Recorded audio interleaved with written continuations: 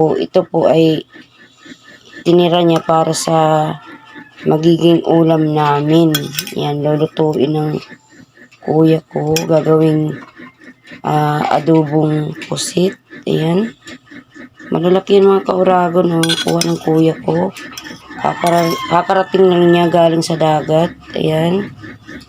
Tira ng 4 na piraso para sa magiging ulam namin. Pero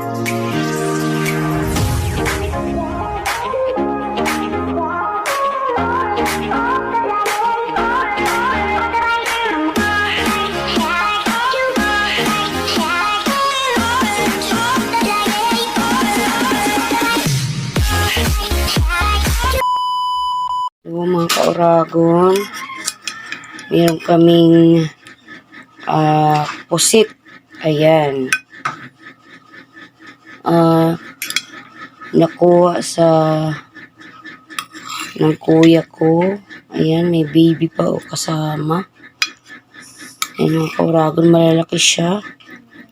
Kasi galing ng kuya ko nag-fishing. Ayan. Meron siyang nakuha ng mga pusit, malalaki yan. At marami yan mga kauragon, kaya lang yung iba na ibenta na ng kuya ko. Ito po ay tinira niya para sa magiging ulam namin. Yan, lulutuin ng kuya ko. Gagawing adobong pusit. Ayan. Malalaki yung mga kauragon ang kuha ng kuya ko. Kakarating lang niya galing sa dagat. Ayan. Tira ng 4 na piraso para sa magiging ulam namin. Pero yung iba,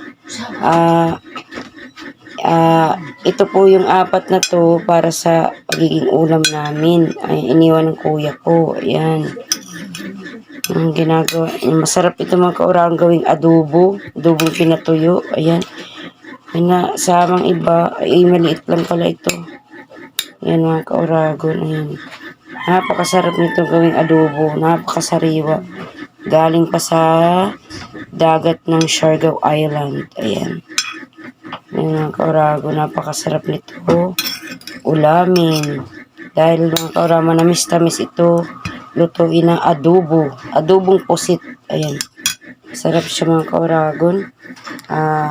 Nakuha ng kuya ko galing sa dagat. Ayan. Sariwang-sariwa pa yun mga kauragon. Ayan. Ito yung ating lutuing ulam ngayon. Maraming salamat sa inyong panonood. God bless always po. Ayan. Bye-bye.